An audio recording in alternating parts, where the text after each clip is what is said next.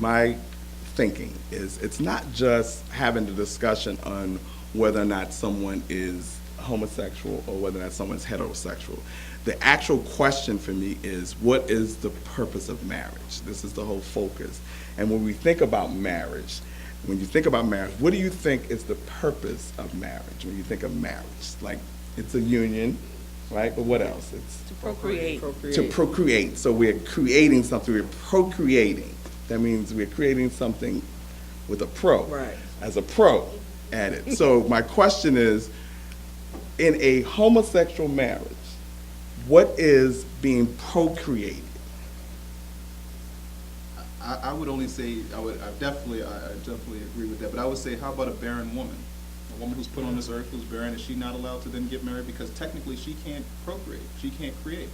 So, And you said it. Yeah. You said she is not allowed to. no, yeah, she's not allowed to have children, but is she not, she can still get married technically by law, although she cannot do that. It's the same thing with homosexuality. No, they cannot procreate, but if they get a kid who's 8 years old and maybe who was given, I'm about to go real dramatic, go real precious, but you know, was birthed by a crack mother, and they raise that kid and they give that kid a greater life than he could have ever imagined, the blessing is there. I mean, rather if you see it or not, that's a blessing, because that kid's gonna have a life he never had.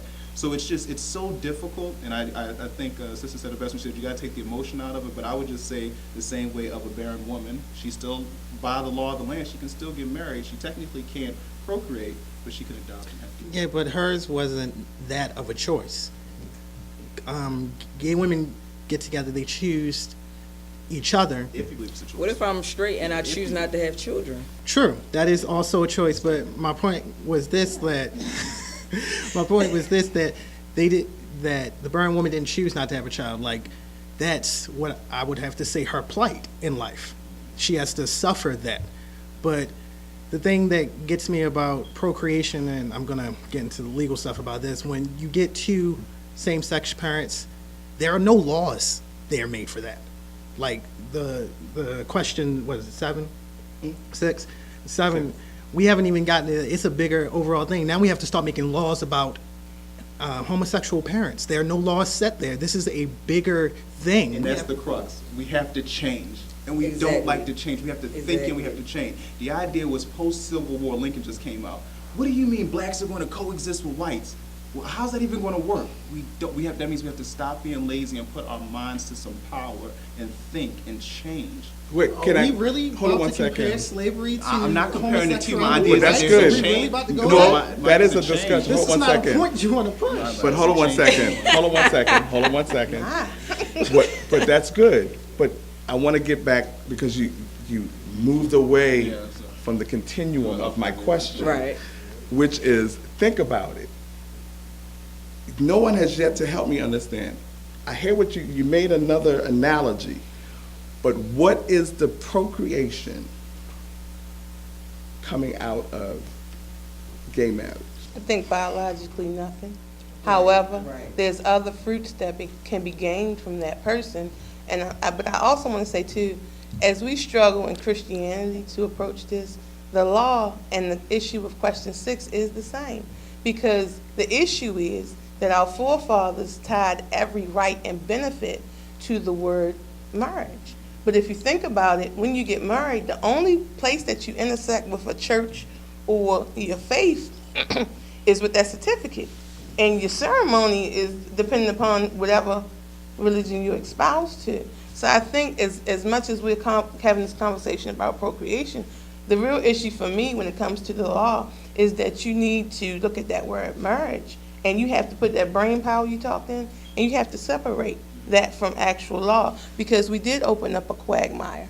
Also, too, when we look at a legal quagmire, also when we look at Christianity and the law, we have to also remember that we are social construct. And I think, and I could be wrong, but just to get to the point of the lack of procreation, we have to look at the precedent that we're establishing. So I understand give to God what is God and give to Caesar what is Caesar. The law must be able to govern the land. So it does have to look at some type of equity. But also, I mean, I think what comes in confusion with me is that I have gay and lesbian colleagues and friends, and now you have people who are polyamorous and polygamous. that are taking the precedent established by this gay movement. And now they're coming into the courts and saying, hey, yeah, I can marry 3 wives if I can take care of them. And so by the rationale used by the LGBTQ community, they're not wrong. But then we look at the social construct and we're like, okay, what are we setting the precedent for in society? I mean, I think nobody is looking at it through that lens. What are we're opening Pandora's box and we don't have any idea what's going to come out. That's my issue. But I think what's happening is, just listening to this dialogue, it's the dialogue that's going to begin to move it. Because we haven't really had the dialogue. Because even when you asked the question, and I kind of went back to my point, was when we started talking about civil rights. Because that is one of the lens that is used, that this is a civil rights movement.